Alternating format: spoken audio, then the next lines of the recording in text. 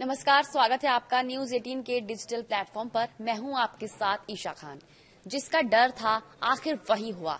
रात के अंधेरे में समुंदर ने जब अपना रौद्र रूप दिखाया तो तट पर बसा हर घर कांप उठा। हवा की रफ्तार इतनी तेज थी कि पेड़ झुकने लगे, खंबे गिर गए और कई जिंदगियां तबाह हो गई। आंध्र प्रदेश का कोनसीमा, उड़ीसा का गंजाम और तेलंगाना का खम्मम, हर जगह सिर्फ एक नाम गूंज रहा था, मोंथा। वो चक्रवात जिसने खुशबू नहीं विनाश की गंध फैलाई। भारत के दक्षिणी तटीय इलाके में पिछले कुछ दिनों से मौसम विभाग लगातार चेतावनी दे रहा था। बंगाल की खाड़ी में एक लो प्रेशर जोन बन रहा था जो आगे चलकर साइक्लोन मोंथा में तब्दील हो सकता है, और हुआ भी कुछ वैसा ही। मंगलवार की रात करीब 11 बजे मोंथा चक्रवात ने आंध्र प्रदेश के काकीनाडा तट से जमीन को छुआ। जब ये तूफान सीवियर साइक्लोनिक स्टॉर्म में बदल चुका था, तब तक हवा की रफ्तार 100 से 110 किलोमीटर प्रति घंटा तक पहुंच गई। समुद्र में 15-20 फीट ऊंची लहरें उठी, नावें टूट गई और किनारे बसे सैकड़ों घर पानी में डूब गए। आंध्र प्रदेश का कोनसीमा जिला सबसे ज्यादा प्रभावित रहा। बता दें, तेज हवाओं ने नारियल के पेड़ों को जड़ से उखाड़ दिया, कच्चे घरों की छतें उड़ा दी और कई बिजली के खंभे गिरने से कई इलाके अंधेरे में डूब गए। एक बुजुर्ग महिला की मौत हो गई जब उसके घर पर पेड़ आ गिरा। एक ऑटो चालक और एक बच्चा भी घायल हुआ जब नारियल का पेड़ उसके सिर पर गिर पड़ा। स्थानीय प्रशासन के मुताबिक बता दें, 40 से ज्यादा गांवों में बिजली आपूर्ति ठप हो गई है। सैकड़ों लोग राहत शिविरों में शरण लेने को मजबूर है। ओडिशा के 15 जिलों में मोंथा का असर गहराई तक दिखा। तेज हवाओं और भारी बारिश ने जनजीवन अस्त व्यस्त कर दिया। गंजाम, पुरी, खुर्दा और मलकानगिरी जैसे जिलों में बिजली ठप है और कई सड़कें जलमग्न हो गई हैं। तेलंगाना के भी कई हिस्सों में 24 घंटे से लगातार बारिश हो रही है। कृष्णा और गोदावरी नदी के किनारे बसे गांवों में बाढ़ जैसी स्थिति बन चुकी है। आईएमडी का कहना है कि अगले 24 घंटों तक दक्षिण भारत में लगातार बारिश से बहुत भारी बारिश जारी रह सकती है।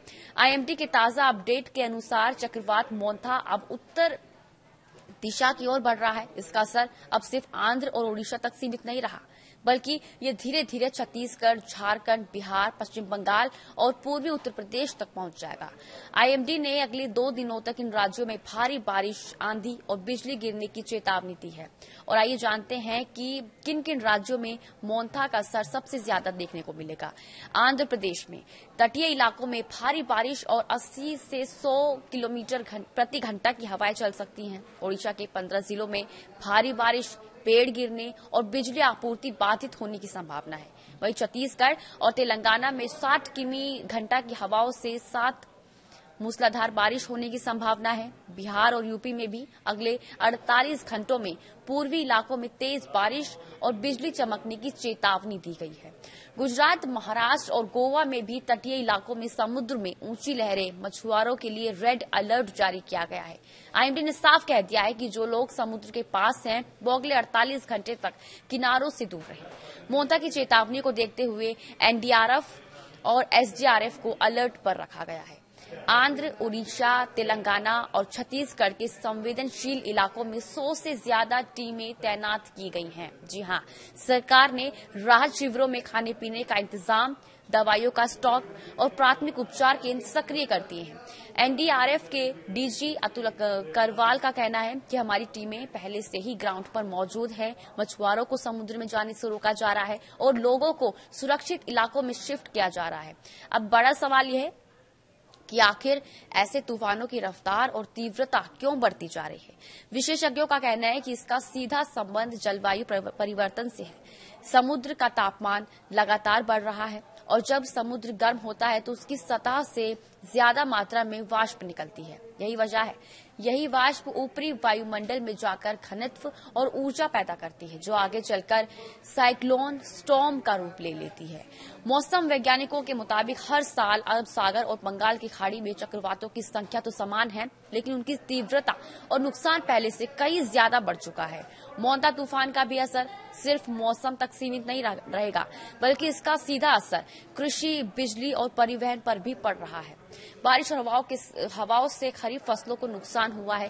धान, मक्का और सब्जियों की फसलें भी जलमग्न हो चुकी हैं। कई राज्यों में ट्रांसफार्मर और खंभे गिरने से पावर कट भी जारी है।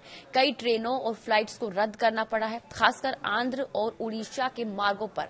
आईएमडी ने लोगों से अपील भी की है कि वो सोशल मीडिया पर फैलने वाली अफवाहों से बचें और सिर्फ आधिकारिक स्रोतों से ही जानकारी लें। रात में घर से बाहर ना निकलें, पेड़ों और बिजली के खंभों के नीचे ना खड़े हों और अगर आप तटीय इलाके में हैं तो निकटतम राहत केंद्र तक पहुंच जाए। हर बार जब कोई तूफान आता है तो हमें एक सबक देता है कि इंसान कितना भी विकसित क्यों ना हो जाए, प्रकृति के आगे उसकी ताकत आज भी सीमित है। मोन्था ने हमें याद दिलाया है कि जलवायु परिवर्तन अब कोई दूर की चेतावनी नहीं बल्कि हमारे दरवाजे तक पहुंच चुकी हकीकत है।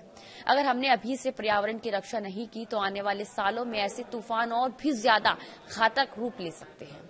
और इसी के साथ आज के लिए बस इतना ही। नमस्कार।